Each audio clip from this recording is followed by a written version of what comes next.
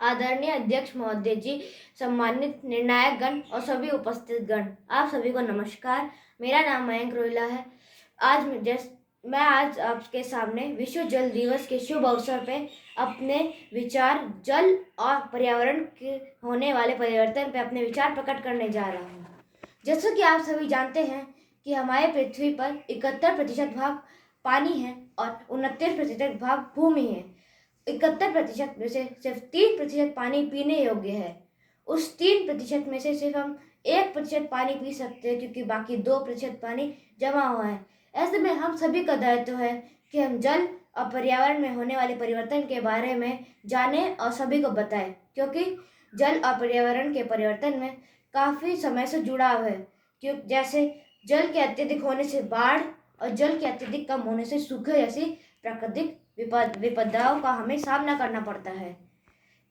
चलिए अब हमें इसके लिए लोगों को जल संरक्षण और जल प्रदूषण जैसी समस्याओं एवं समाधानों के बारे में लोगों को जागरूक करना होगा। आइए जानते हैं जल प्रदूषण के बारे में। पहले जानते हैं जल प्रदूषण होता क्या है। जल प्रदूषण एक प्रकार का प्रदूषण होता है जिसमें जल को मनुष्य द्वारा दूषित किया जाता है। यह दूषित जल ना ही कृषि क्षेत्र ना ही अन्य क्षेत्रों में के योग्य काम आता है। यह झीलों और नदियों की सुंदरता को कम करता है।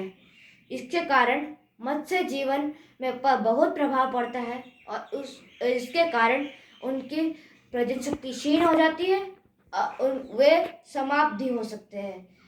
ऐसे में हमारा दायित्व है कि हम जल प्रदूषण के बारे में रोकने के उपाय सोचें। अब जानते हैं जल संरक्षण के बारे में। जल संरक्षण क्या होता है? पानी की कमी को पूर्ति के लिए वर्षा जल के इकट्ठा करने को ही जल संरक्षण कहते हैं। इसके लिए हम घरों की छतों पर, अपने आंगनों में गड्ढा खुदवाकर उसमें वर्षा का जल इकट्ठा कर सकते हैं। उस जल का प्रयोग हम विभिन्न कार्यों में कर सकते हैं, जैसे कपड़े धोने, पौधों में पानी डालने, घर की साफ सफाई आदि कार्यों में।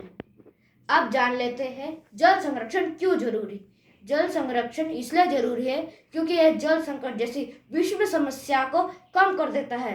यह पूरे विश्व की समस्या है। इसके कारण पर्यावरण और मनुष्य दोनों ही पीड़ित है। ऐसे में हमारा कर्तव्य है कि हम जल संरक्षण को ज़्यादा से ज़्यादा करें और लोगों को इसके बारे में जागरूक करें। आइए अब जानते हैं जल संरक्षण के उपाय। हमें मंजन करते समय नल को बंद कर देना चाहिए। हमें हजामत करते समय मग का उपयोग करना चाहिए। हमें गाड़ी धोते समय बाल्टी व मग का उपयोग करना चाहिए ताकि व्यर्थ में पानी ना बहे। हमें नहाते समय भी बाल्टी और मग का उपयोग करना चाहिए। उत्तराखंड जल संसाधन के अनुसार यदि हम टॉयलेट में लगी फ्लश के टंकी में 1 लीटर की बोतल में पानी भर के रख दे तो इससे प्रतिदिन और हर बार 1 लीटर पानी बचाया जा सकता है। हमें नदियों, तालाबों, कुओं, बावड़ियों, महासागरों, सागरों में कूड़ा नहीं फेंकना चाहिए। अब जानते हैं जल संरक्षण के लिए सरकार द्वारा उठाए गए कदम। जल संरक्षण के लिए सरकार ने कई कदम उठाए हैं, जैसे महात्मा गांधी ग्रामीण रोजगार गारंटी योजना, जल शक्ति अभियान योजना और जैसे अन्य कार्य। इनका मुख्य उद्देश्य कुओं, बावड़ियों और तालाबों का पुनर्निर्माण करके उनमें पीने योग्य पानी की व्यवस्था करना। अब जानते हैं जल संरक्षण के लिए हमारे द्वारा उठाए गए कदम। जल संरक्षण के लिए हमने कुछ कदम स्वयं ही उठाए हैं। हम प्रतिवर्ष अपने मित्रों, रिश्तेदारों, सगा संबंधियों की वर्षगांठ, जन्म तिथि, मृत्यु तिथि आदि विशेष अवसरों पर पौधारोपण करते हैं, जिससे पर्यावरण में होने वाले बदलाव को हम रोक सकते हैं।